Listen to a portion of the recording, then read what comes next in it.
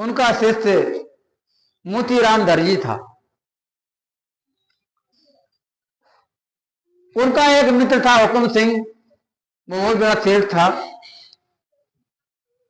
उस समय डेरा व्यास की उन्नति नहीं हुई थी।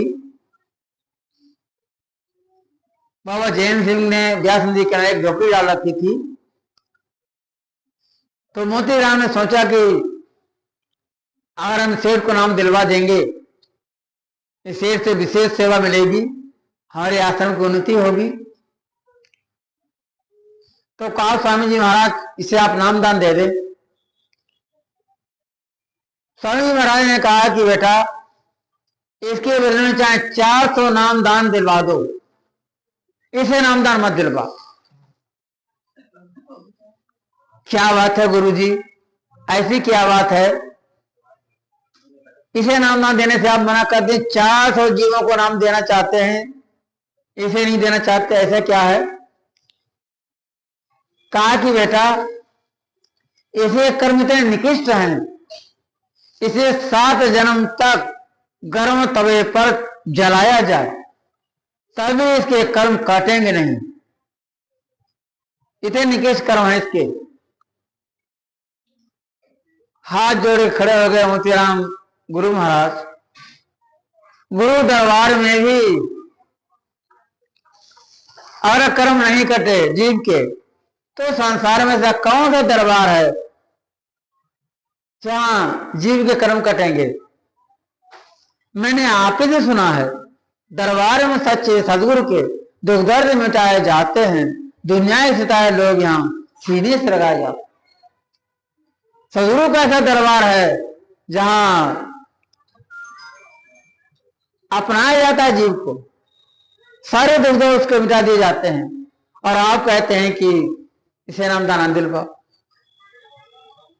अरे गुरु दरबार में अगर इस समय आया है, इसे यहाँ ठिकाना नहीं मिलेगा, तो कहां दुनिया में ठिकाना मिलेगा इसे? अब भाई संत वाणी को कौन काट सकता है? तो कहा ठीक है बेटा, अगर तुम कहते हो तो चलो इसे नाम दे देंगे, लेकिन शर्त यह कि हम रोकेंगे नहीं। वैसे तो मैंने सोचा कुछ दिन में रुकूंगा, सत्संग सुनाऊंगा, लेकिन अब मैं नहीं रुकूंगा। मेरा बोरिया बिस्तर बांध दो, मैं नाम तो दे दूंगा, लेकिन मैं चला जाऊंगा। आज ही नामदान दे दिया हुकुम सिंह को, उनका बोरिया बिस्तर बांध दिया गया और चले गए। मोतीराम से कह दिया कि 13 दिन तक डेरे मत आना, 13 दिन के बाद आना।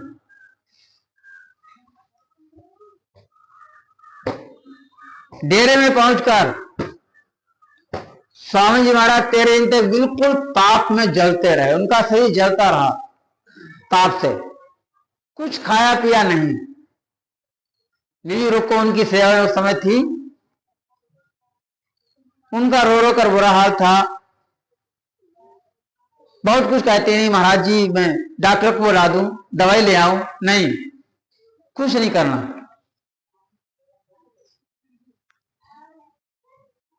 14वें दिन महाराज जी का ताप दूर हुआ। 14वें दिन मोतीराम पहुंचे। रुको ने सारा हाल बताया, तो कहा महाराज जी बहुत बड़ी गलती हो गई मुझसे, अब आपके आदेश का पालन करना था। आपने आदेश दे दिया कि 13 दिन तक मत आना डेरा, इसलिए मैं नहीं आया। अगर मुझे पता होता है आपको इतना कष्ट होगा तो मैं अवश्य सेवा आपकी करता। कहा कि बेटा बीच में अगर तुम सेवा करते, दवाई दिलवाते, मुझे तो कर्मों का भुगतान करना था। हुकुम सिंह के बस की बात नहीं थी वो इन कर्मों का भुगतान कर पाता। तो आध्यात्म गुरु अगर शिष्य इस काबिल नहीं है, वो कर्मों का भुगतान करने में सक्षम नहीं है, तो अपने से वे कर्म लेते हैं, दूसरों का कर्म अपने ऊपर लेने पड़ते हैं आध्यात्म गुरु को। ये कोई साधारण बात नहीं है, दूसरों के कर्मों का बोझ अपने सिर पर लेना। कष्ट उठाना दूसरों के लिए, ये केवल आध्यात्म गुरु की अंदर क्षमता है।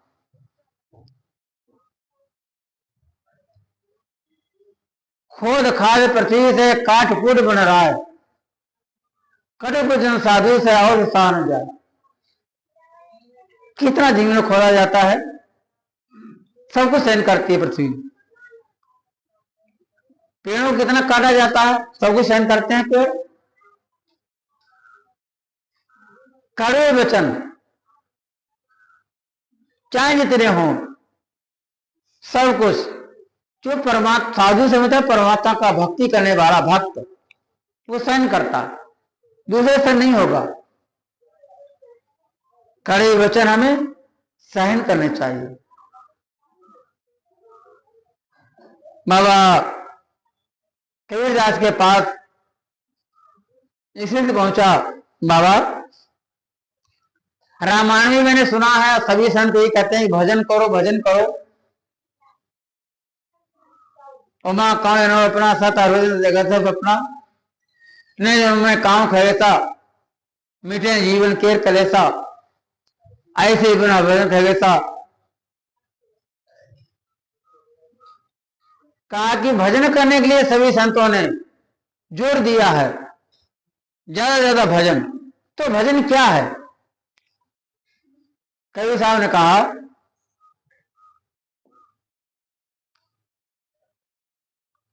मन की तरंग मार ले बस हो गया भजन। मन की तरंग मार ले बस हो गया भजन। आदत बुरी संभाल ले बस हो गया भजन। मन को रोक लो, मन तरंगों में बह रहा है, समझो भजन हो गया। अपनी बुरी आदतों को संभाल लो, समझो भजन हो गया। आए हो तुम कहां से, जाओगे फिर कहां, इतना तो बस विचार लो बस हो गया भजन। तुम्हें पता नहीं हम कहां से आए हैं, हमें जाना कहां है। आए हो तुम कहां से, जाओगे तुम कहां, इतना तो बस विचार लो बस हो गया भजन। सतलोक से उतर कर मातलोक में यह जीव आया है, मातलोक से फिर सतलोक जाना है इसे।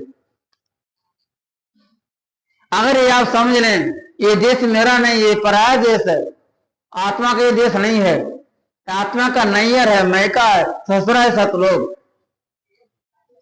ये अगर समझ आ जाए आत्मा को, समझे उसका कल्याण हो गया, भजन हो गया उसका पूरा। इतना तो विचार लो बस हो गया भजन। कोई तुम्हें बुरा कहे तुम सुन करो क्षमा। अगर तुम्हें कोई बुरा भला कहता है, तुम्हें गाली देता है, शब्द कहता है, तो क्षमा कर दो उसे, कुछ मत जवाब दो। वाणी का स्वर संभाल लो बस हो गया भजन। वाणी का स्वर हमें संभालना है, हमें मीठी बोली बोलना है, हमें कड़े वचन नहीं कहना किसी से। मधुर वचन है औषधि, कटु वचन है तीर, श्रवण द्वार हमें संचर है सारे तक औषधि। मीठे वचन औषधि काम करते हैं, कड़े वचन तीर जैसे चुभते हैं। कभी हमें कड़े वचन नहीं बोलना चाहिए, हमेशा मीठी बोली बोलना चाहिए। मशीन जैसे हो जाते हैं प्राणी सारे, जन जैसे बन जाते हैं आंखों के तारे। पत्थर को पिघलाकर मोम बनाने वाली, मुंह खोलो तो मीठी बोली बोलो प्यारा। बहुत गुण है। रगड़ो जवड़ों का करो आपन खोने वाले, जी में लगी काय को धोने वाली। फलने वाली सुगन चौर उठी, होती मीठी बोली की करतूत।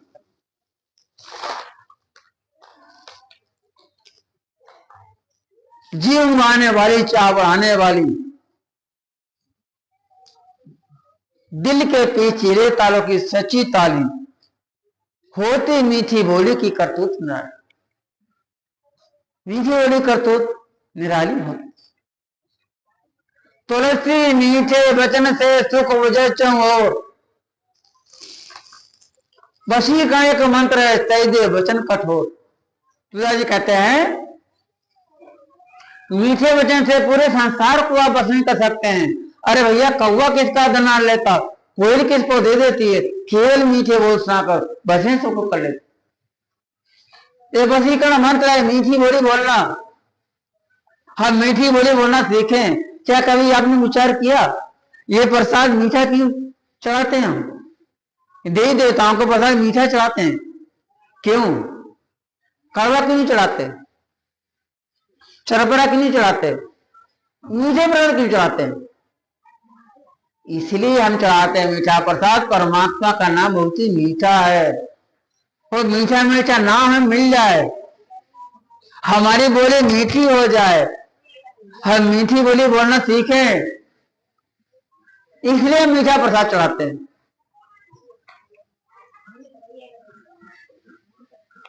तो वाणी को स्वर संभाल लो, बस हो गया भजन। वाणी को स्वर संभालने का मतलब है हम अच्छी बोली बोले। बोली एक बोले जो के बोले जान, ये तराजू तोल के तमुख बाहर। मीठी बोली बोलना, हृदय तराजू तोल ले, हमारे मुख से वचन लगे, किसी को अच्छे लगे खराब लगे तब बोलो, लेकिन हम तो विचार ही नहीं करते, अनंत बोले जा रहे हैं, बोले जा रहे हैं। फिर कबीर बाबा ने बताया है,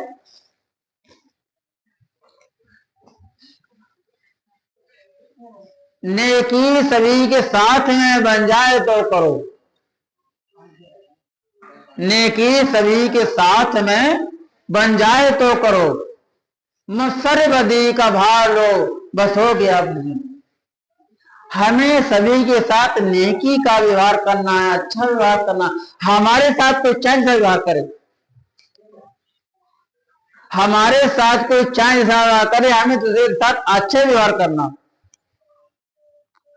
बदले की भावना हमारे में नहीं होनी चाहिए, इसने हमारे साथ ऐसा व्यवहार किया, हम इसे ईंट का जवाब पत्थर देंगे। ये दुनिया वालों की मिसाल है, परमात्मा भक्त की मिसाल नहीं। परमात्मा भक्त को सहन करना है, दूसरों के साथ अच्छा व्यवहार करना।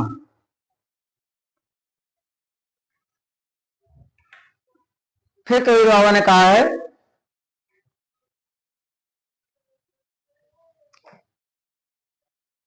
कहना है साफ साफ ये सतगुरु कबीर का, कहना है साफ साफ ये सतगुरु कबीर का, निर्दोष को निहार लो, बस हो गया भाई।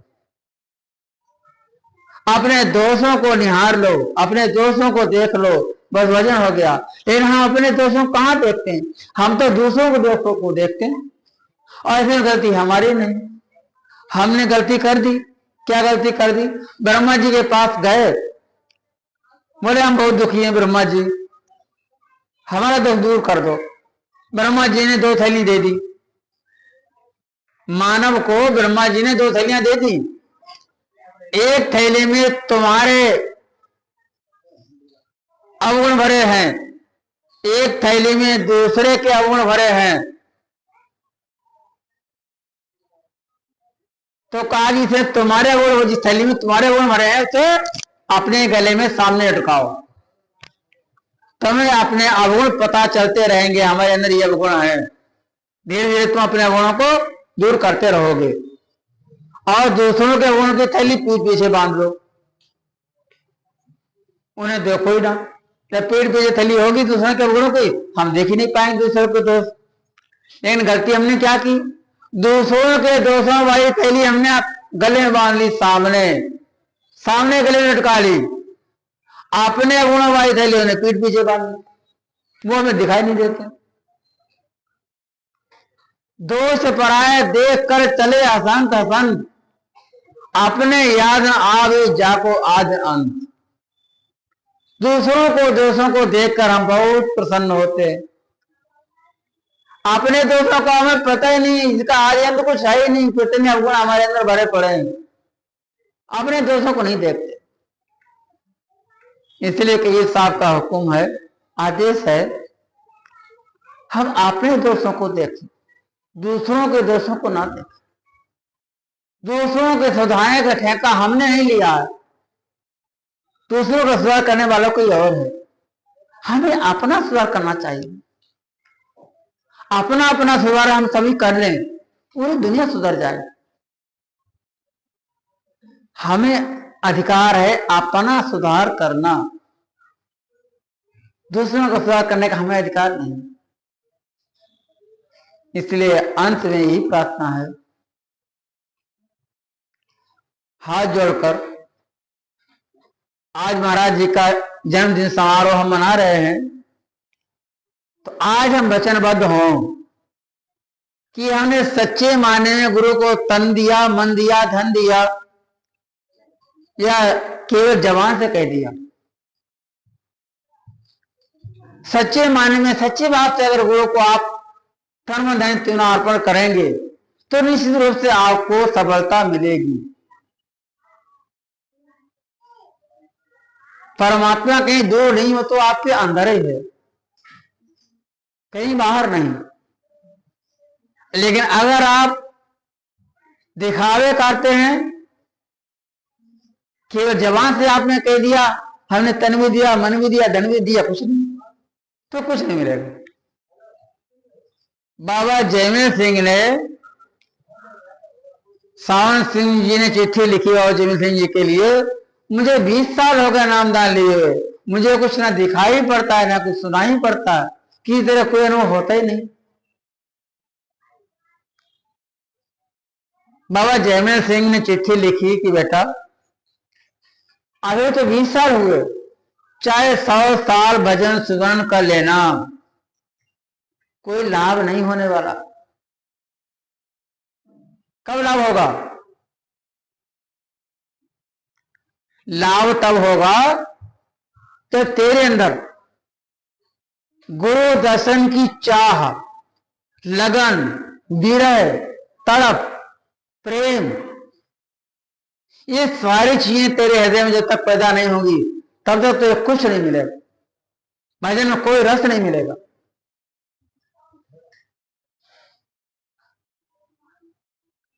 तो इसलिए गुरु दर्शन की चाह हमें, चाहे साल भर हो जाए गुरु जी से कोई मतलब ही नहीं, दर्शन हो या ना हो,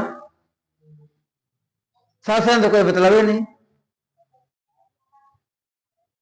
बाबा जयमेल सिंह की वाणी मैं नहीं कहता, जब तेरे अंदर गुरु दर्शन की चाह, विरह, तड़प, लगन नहीं लग, संसार के कामों को तो लगन लग जाती है लेकिन भजन की लगन नहीं लगती। गुरु दर्शन की चाह कभी पैदा नहीं होती है। परम पिता परमात्मा, हे गुरु महाराज इतने दिन हो गए आपसे बिछड़े हुए, अब तो हमें दर्शन दे दें। कब आपके दर्शन होंगे? कभी नहीं। सांसारिक चीजों के लिए हम रोते हैं, कुछ चीजें बिछड़ जाती है, गुरु हमसे बिछड़ गए हैं या हमें दर्शन नहीं होते गुरु के। गुरु मौजूद हैं लेकिन फिर भी दर्शन नहीं होते, लेकिन उनके लिए कभी दुआसु नहीं निकले। एकांत में बैठ के हमें रोना पड़ेगा। गुरु के दर्शन अगर आप करना चाहते हैं तो एकांत में बैठ के आपको रोना पड़ेगा, तब आपको दर्शन मिलेंगे। अजमा कर देख लें, भजन पे बैठे स्वरूप नहीं आएगा, गायब हो जाएगा, इसीलिए गायब हो जाता है। सच्ची चाह ही नहीं है दर्शन की, जो आपको स्वरूप आए, दर्शन मिले गुरु के। तो कैसा प्रेम होना चाहिए गुरु के प्रति? आखिर में ज्यादा समय में नहीं लूंगा, समय ज्यादा हो गया है। अंत में मैं आपको बताना चाहता हूं कैसे प्रेम होना चाहिए गुरु से। जैसे पतंगे का दीपक से प्रेम होता, पतंगे को दीपक इतना प्रेम है अपने प्राणों को निछावर करेगा, दीपक के ऊपर गिर पड़ता है। इतना प्रेम है पतंगे के लिए दीपक के प्रकाश से। ऐसा प्रेम गुरु से होना चाहिए हमारा, शिष्य का गुरु से ऐसा प्रेम होना चाहिए। मछली का जल से कितना प्रेम, बिना जल के मछली जीवित नहीं रह सकती। मछली को अलग पानी से बाहर कर दिया जाए, मछली प्राण दे देगी, इतना प्रेम है जल से। जाल परे जल जात भाई तजमी नन को मोह, रैवन मछली नीर को तऊ छाण छो। ये हमारी गति है। रहीमदास सिंह ने जो अपना वाणी बताया है अपनी वाणी में, मछली को कितना मोह जल से, लेकिन जल को कोई मोह नहीं। हम संसार वालों से, संसारी पदार्थों से, संसार के लोगों से इतना मोह और आसक्ति हमें है, लेकिन ये हमने कोई विचार किया कि उन्हें भी है हमसे मोह या नहीं। हम ही अकेले उनसे लिप लगाए बैठे, उन्हें हमसे प्रेम है कि नहीं। भरीम जाल का मतलब कहने का, जाल परे जल जात भाई। अरे पानी में जाल डाल दिए जाते हैं और उसमें मछली पकड़ ली जाती। पानी साथ छोड़ देता है मछलियों का, पानी बह जाता है कि मछलियां पकड़ ली जाती जाल में। जल नहीं रुकता मछली के साथ। मछली को मोह है जल से, लेकिन जल को मोह नहीं मछली से। हमें मोह है संसार वालों से, संसारी पदार्थों से। उन्हें है या नहीं ये कौन जाने। रेवन मछली को तुम छाना छोड़। मछली को पता है कि देखो हमारा साथ छोड़ दिया, हम पकड़ लिए गए और जल ने हमारा साथ नहीं दिया, लेकिन फिर भी बिना जल के मछली जीवित। फिर भी मछली को इतना प्रेम है, इतना मोह है जल से, फिर भी उसका साथ, जल का साथ नहीं छोड़ती। जल के बिना वो प्राण त्याग देगी, जिंदा नहीं रहेगी, तड़ तड़ के मर जाएगी।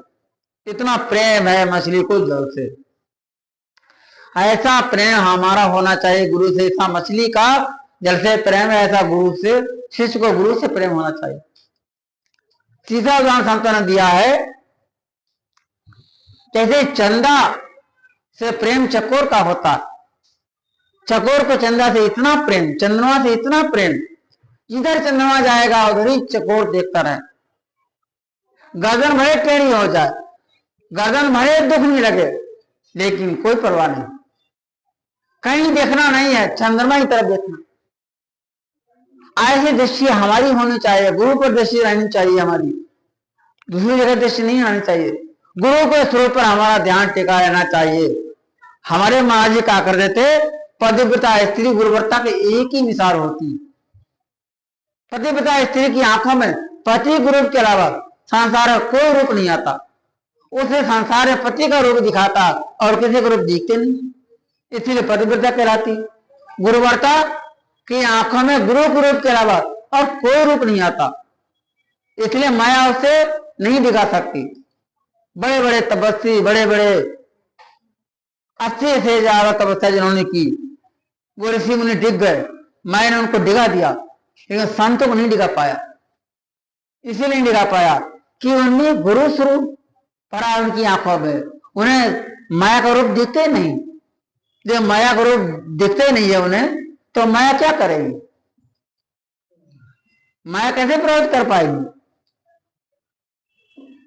फिर एक उदाहरण और है, चातक को, पपीहा को, पपीहा का मन देखकर धीरे रायन रंग मर्दे रंग में पड़ा, तो न बोली चंद। एक पपीहे को किसी ने मार दिया और मारे गंगा जल में डाल दिया कि लोग मरते हैं तो गंगा जल को मुंह में डाला जाता है, हम तुम्हें गंगा जल में डाल दें तो मरने जा रहे हो। पपीहा से कहा तुम्हारी मृत्यु हो जाएगी। लेकिन पपीहा ने क्या किया, पपीहे ने चोंच ऊपर कर ली, दम तोड़ दिया, गंगा जल नहीं पिया। पपीहे को केवल स्वात बूंद का जल चाहिए। कितने बादल हों, कितने पानी बरसे, कोई मतलब नहीं। जब 7 नक्षत्र का बादल बरसता है तो वो पपीहा पीता है और कोई जल नहीं पीता। कितने पानी हो, समुद्र भरे उसे डुबा दो, नहीं पिएगा, मर जाएगा प्यास में, पिएगा नहीं। जैसा पपीहे को स्वाद बूंद से प्रेम है, ऐसे ही हमारा शिष्य का गुरु से प्रेम होना चाहिए। जिस प्रकार से हिरण को नाद से प्रेम होता है, आवाज से प्रेम होता है, वीणा की तान से प्रेम है। वीणा की तान बजाता शिकारी, वीणा की तान सुनने के लिए हिरण पहुंच जाता है। भले ही प्राण निछावर कर दे, कोई बात नहीं, लेकिन ना से प्रेम है तो प्रेम है। ऐसे जिस प्रकार से हिरण को ना से प्रेम है, वीणा की तान से प्रेम है, ऐसा ही प्रेम हमारा शिष्य का गुरु से होना चाहिए।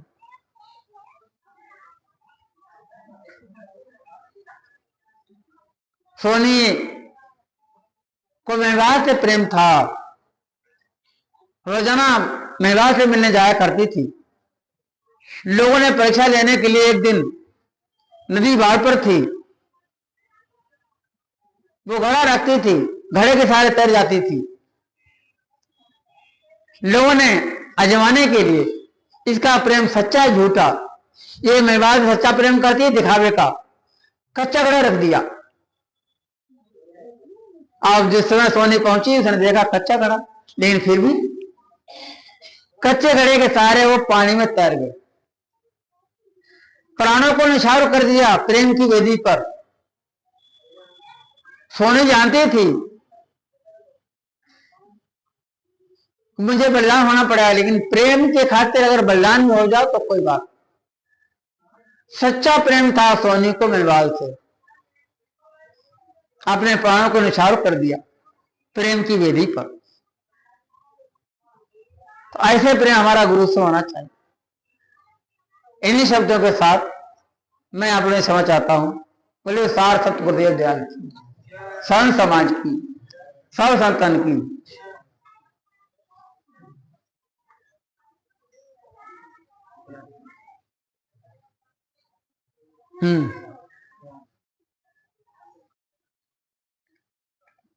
तेरह अक्टूबर को ढाका आसाम पे सत्संग होगा, 12 बजे से 2 बजे, केवल एक मीटिंग। सभी से निवेदन है कि अधिक संख्या में ढाका आसाम पहुंचे, सत्संग सुने, सत्संग का लाभ उठा। आज अभी भोजन वितरण के अभी ये कार्यक्रम चलता रहेगा। भजन के बारे में अपनी रिपोर्ट देनी है, आपको बताना है कि आप कितनी देर भजन करते हैं या नहीं करते हैं, गुरु को साक्षी करके। यहाँ गुरु दरबार, यहाँ कोई झूठ नहीं बोलेगा, नहीं किसी ने हिम्मत है झूठ बोलने की। हाथ जोड़ खड़े हो। देखो भैया जी, बंडा निवासी वरुण सिंह जी हैं, और अगले सत्संग का खर्चा ये झेलेंगे, भोजन का प्रसाद तैयार करवाएंगे ये। इसलिए ये विनती कर रहे हैं आप लोगों से, अधिक संख्या में आप ढाका आश्रम पर पहुंचे, भोजन का प्रसाद ग्रहण करें, सत्संग सुने, सत्संग चलाओ। सत्संग में जितना ज्यादा से ज्यादा खर्चा हो जाए, जितने ज्यादा जीव भोजन करें, उतना ही अच्छा, उतना ही ज्यादा फल मिलता। इसलिए सभी से निवेदन है, मैं भी अपनी तरफ से निवेदन कर रहा हूं, ये तो कर ही रहे हैं। अधिक संख्या में आप ढाका आश्रम में पहुंचे, 13 अक्टूबर को सत्संग सुने और प्रसाद पाएं, अपने जीवन को धन्य बनाएं। बोलिए सारस्वत गुरुदेव दयाल की, संत समाज की, सब संतान की।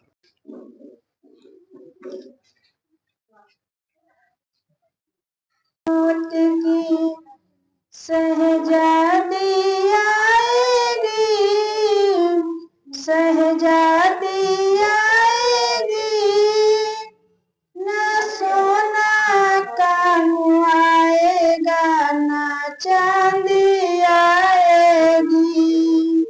सज धज के जिस दिन रात की सहजादी आएगी, न सोना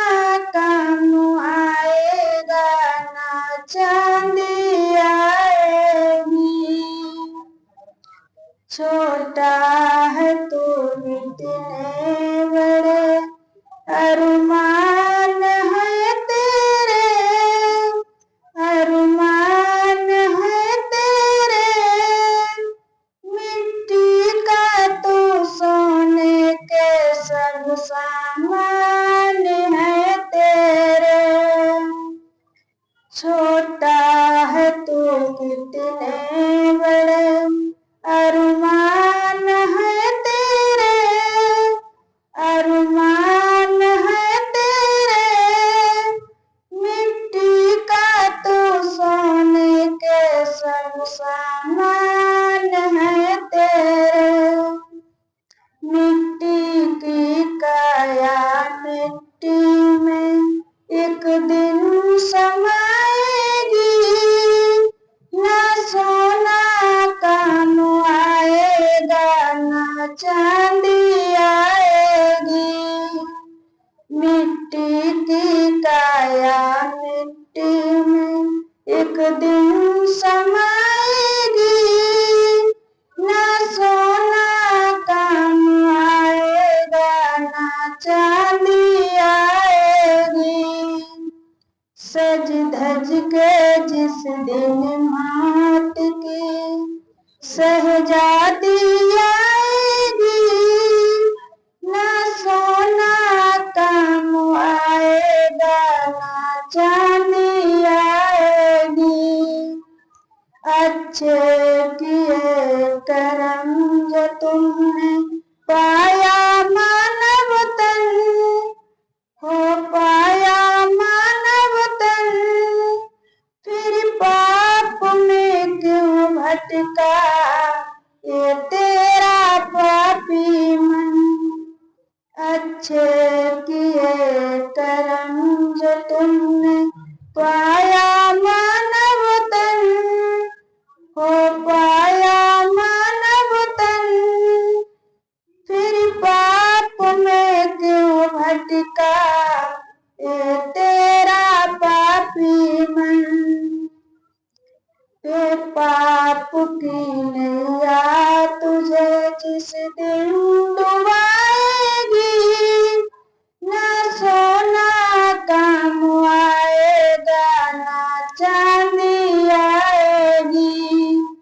ये पाप की नैया तुझे जिस दिन डुबाएगी, जिस दिन डुबाएगी, ना सोना काम आएगा ना चांदी आएगी।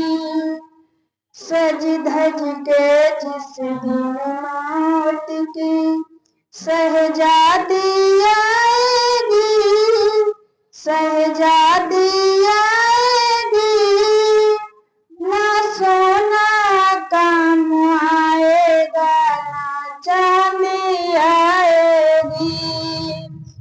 धन दौलत से एक दिन तेरा खाली होगा हाथ, तेरा खाली होगा हाथ। अंत में प्रभु का एक भजन चलेगा साथ।